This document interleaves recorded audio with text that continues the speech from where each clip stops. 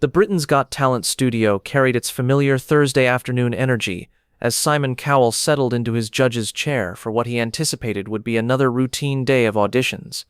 It was a crisp May afternoon in 2024, and the iconic red curtains framed the stage where countless dreams had been both realized and shattered over the years.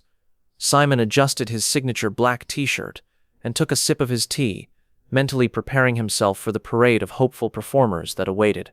At 64 years old, Simon had built his entire career on a reputation for devastating honesty that had made him both feared and respected throughout the entertainment industry.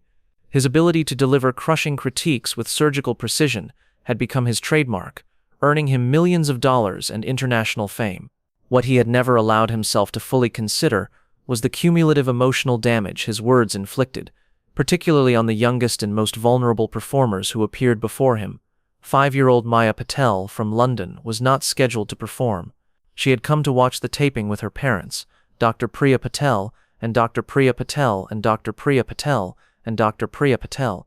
Raj Patel, both child psychologists who had brought their daughter to observe the show as part of an informal study they were conducting on the psychological impact of harsh criticism on young performers. Maya was an unusually perceptive child, with long dark hair and serious brown eyes that seemed to see beyond surface behavior to underlying emotional truth. What made Maya's presence particularly significant was her extensive exposure to discussions about child psychology and emotional development.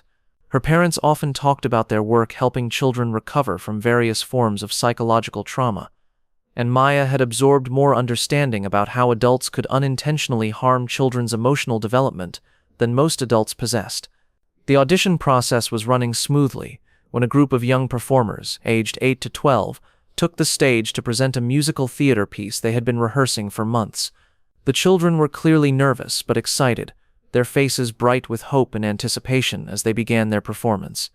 However, several technical difficulties, a microphone malfunction and a missed lighting cue, disrupted their carefully choreographed routine. Simon's reaction was immediate and brutal. "Stop, stop, stop," he barked, his voice cutting through the studio like a blade.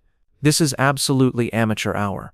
The timing is off, half of you are out of tune, and the whole thing looks like a rehearsal that someone accidentally put on television." The children on stage froze, their bright expressions rapidly crumbling into confusion and hurt. Several of the youngest performers began to look visibly distressed as Simon's words hit them. "Did no one teach you the basic requirement of being prepared?" Simon continued relentlessly. "This isn't a school talent show. This is supposed to be professional television. What you've just shown me is embarrassing for everyone involved." Maya watched from the audience as the children's faces transformed from excitement to devastation. She could see tears forming in several young eyes, and she noticed how some of the children had begun to hunch their shoulders and look down at their feet, displaying what her parents had taught her were signs of shame and emotional injury. "Honestly," Simon pressed on, "whoever told you that this was ready for public viewing did you a tremendous disservice. You're simply not prepared for anything resembling professional performance." At this point, several of the children on stage were openly crying. The youngest, an 8-year-old girl with pigtails, was sobbing so hard that she could barely stand. Maya felt something she had never experienced before, a kind of protective fury toward these children who were being hurt by an adult who seemed to take pleasure in their pain. Maya slipped away from her parents and walked toward the judges' panel with the determined steps of someone on a mission to protect others who couldn't protect themselves. The production crew, focused on the drama unfolding on stage, didn't notice the small figure approaching. As Simon prepared to deliver what appeared to be another crushing blow to the already devastated children, he felt a small presence beside his chair. Looking down, he saw Maya standing there, her dark eyes fixed on his face with an intensity that was startling for someone so young. "What are you doing here?" Simon asked, his tone carrying his irritation at being interrupted during his critique. Maya looked directly into Simon's eyes and asked with the devastating clarity that only children possess, "Do you know you make children cry?" The question hit Simon like a moral sledgehammer. The studio fell into complete silence as this 5-year-old essentially accused him of deliberately causing psychological harm to young people. The directness of her question, combined with the visible evidence of crying children still standing on the stage behind him, made the accusation impossible to dismiss or deflect. Simon's initial response was defensive anger. "These children need to learn that the entertainment industry requires. But do you know you make them cry?" Maya interrupted with the persistent focus of someone who would not be distracted from her central point. And do you know that when you make children cry, it hurts them inside their hearts? Simon felt something cold and uncomfortable settle in his stomach as this child forced him to confront the emotional reality of his behavior, rather than allowing him to hide behind professional justifications. The entertainment business is very demanding, Simon attempted again, but his voice had lost some of its authority. Maya's response revealed the depth of her understanding about child psychology. My mommy and daddy help children who have been hurt by grown-ups who said mean things to them. They say that when adults make children feel bad about themselves, it can hurt them for a really long time, even after they grow up. Simon felt his defensive posture beginning to crumble, as this 5-year-old essentially told him that his behavior could cause lasting psychological damage to young people. The idea that child psychologists dealt with patients whose trauma stemmed from exactly the kind of criticism he delivered was profoundly disturbing. Maya, Simon said, his voice becoming quieter, what do your parents say about adults who criticize children's performances? Maya's answer was delivered with the matter-of-fact tone of someone repeating expert medical opinion. They say that criticism can help children learn, but only if it's given with kindness, and only if the grown-up cares more about helping than about being right. Mean criticism just makes children feel scared and sad, and like they're not good enough. Simon found himself unable to maintain eye contact with Maya as the full implications of her words settled over him. For the first time in his career, he was being forced to see his behavior through the lens of child psychology, rather than entertainment industry standards. And, Maya continued with the relentless honesty of childhood, Daddy says that when grown-ups make children cry on purpose, it usually means the grown-up has something hurt inside them too. But that doesn't make it okay to hurt children. Simon felt his hands begin to tremble as this child not only condemned his behavior, but suggested that it stemmed from his own psychological wounds, while making clear that his pain didn't justify inflicting pain on others. Maya, Simon asked, his voice barely audible, what would your parents say about someone like me? Maya considered this question with the seriousness of someone who had heard many discussions about adults who harmed children emotionally. They would say that person needs to learn different ways to help children get better at things, because making children cry doesn't help them improve, it just makes them too scared to try. Simon felt tears beginning to form as this 5-year-old essentially told him that his entire professional approach was not only harmful, but counterproductive. The idea that his criticism actually impeded rather than improved performance was devastating. Looking at the stage, Simon saw the group of young performers still standing there, several of them still crying, all of them looking defeated and humiliated. For the first time, he saw them not as performers who had failed to meet his standards, but as children whose emotional well-being he had damaged in front of a national television audience. Simon found himself unable to look up, unable to meet Maya's gaze or face the children on stage whose tears he had caused.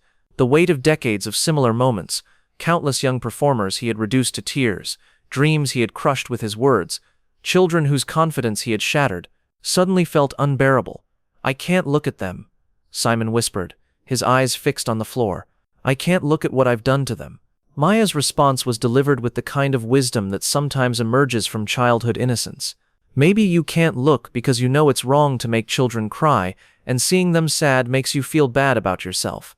Simon felt something fundamental break inside him as this 5-year-old diagnosed his inability to face the consequences of his behavior as a sign of suppressed moral awareness. Her suggestion that his avoidance stemmed from guilty knowledge was devastatingly accurate. Maya, Simon asked, still unable to look up, what should I do now? Maya's answer was immediate and practical.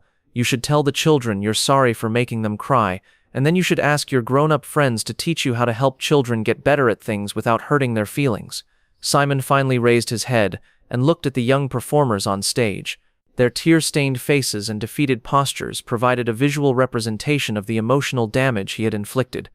The sight was so overwhelming that he found himself unable to maintain his usual professional composure.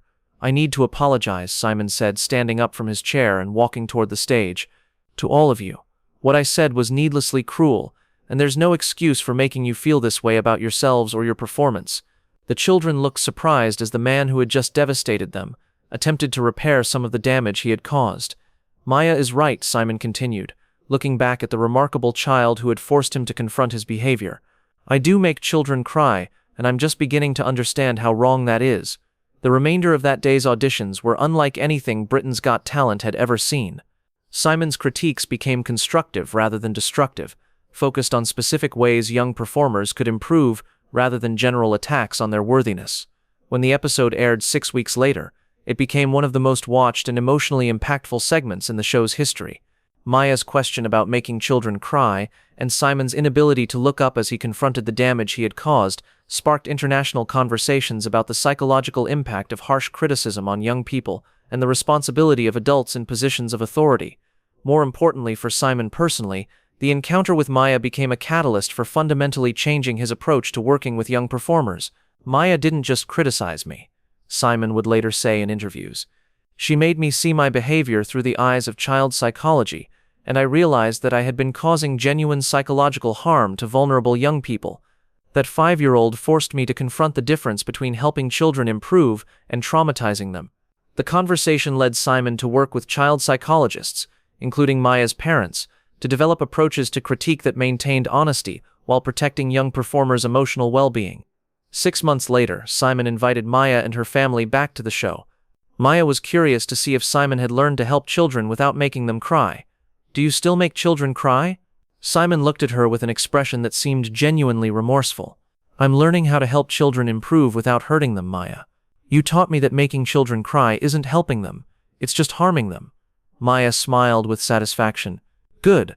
My parents say that when grown-ups learn to be kinder to children, it helps everyone feel better."